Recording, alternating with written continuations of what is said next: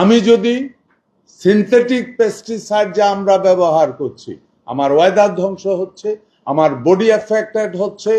বর্তমান সরকার যা চায়, আন্তর্জাতিক বিশ্ব যা চায়,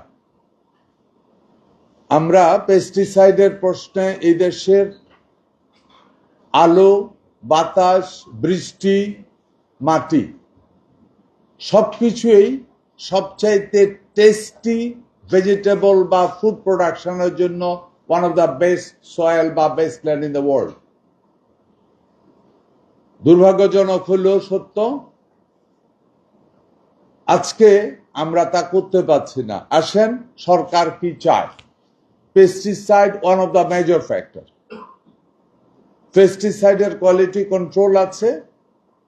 যেইভাবে কোয়ালিটি কন্ট্রোল হচ্ছে, যেই কয়টা স্তরে কোয়ালিটি কন্ট্রোল হচ্ছে, আপনাদের কাছ থেকে আমি ওপিনিয়ন চাই। আপনারা কি মনে করেন এটা আন্তর্জাতিক বাজারে আমার পণ্য নেওয়ার জন্য, আমি আমার শিশু বা পরবর্তী প্রজন্মের স্বাস্থ্য সুরক্ষার জন্য, আমার বাতাসে হেলদি বাতাস পাওয়ার জন্য, আমার মাটির হেভি মেটাল মুক্ত থাকার জন্য বা সেফ ফুড উৎপাদন করার জন্য এই পেস্টিসাইড যেইভাবে আমরা কোয়ালিটি কন্ট্রোল করে বা চেক করে বাজারে যাচ্ছি, এটা সঠিক না, তার থেকে বেটার কিছু করা উচিত।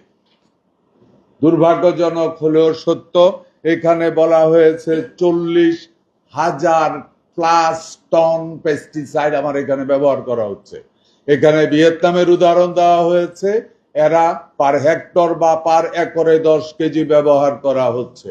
আমি এর আগে, আমরা যে 10 কেজি বলার আগে আমাদের জানতে হবে আমি কি পেস্টিসাইড ব্যবহার করছি, ভিয়েতনাম কোন টাইপের পেস্টিসাইড ব্যবহার করছে। এখন সে যদি নিম পাতা দিয়ে যদি সে পেস্ট কন্ট্রোল করতে হয়, তাহলে সে 25 কেজিও যদি ব্যবহার করে, প্রবলেমটা কোথায়?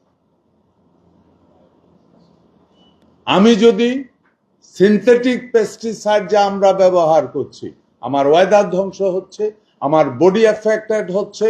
আপনারা জেনে, আমার নিশ্চয়ই আপনারা জানেন, 6 মাসের বাচ্চাকে ব্লাড টেস্ট করা হলে এর ভিতরে মেটাল পাওয়া যাচ্ছে। এটা অত্যন্ত দুঃখজনক।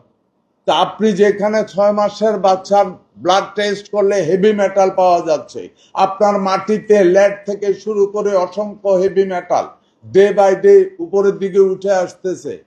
এখান থেকে পণ্য উৎপাদন করে আমি রপ্তানি করতে পারবো, এটা কি কল্পনা করাও তো বোধহয় বোকার সঙ্গে বসবাস করা। বাট কথা পরিষ্কার, আমার দেশকে যদি বাঁচাতে হয়, আগামী দিন অর্থনীতিকে যদি শক্তিশালী করতে হয়, কৃষি ভিত্তিক রপ্তানিমুখী শিল্প আমাকে স্থাপন করতে হবে, যার ভ্যালু এডিশন সময় বেঁধে 1000%। আমি অন্য কোনো ইন্ডাস্ট্রিকে সমালোচনা করতে চাই না। আমি মনে করি আমি 2 পয়সা দামের একটা বীজ, 1 আনা দামের একটা বীজ, 8 আনা দামের একটা বীজ দিয়ে বুনন করে আমি $10 ভ্যালু এডিশন করতে পারছি। আমি $10 পণ্য ওইখান থেকে রপ্তানি করতে পারছি, তাহলে তার ভ্যালু এডিশন কত?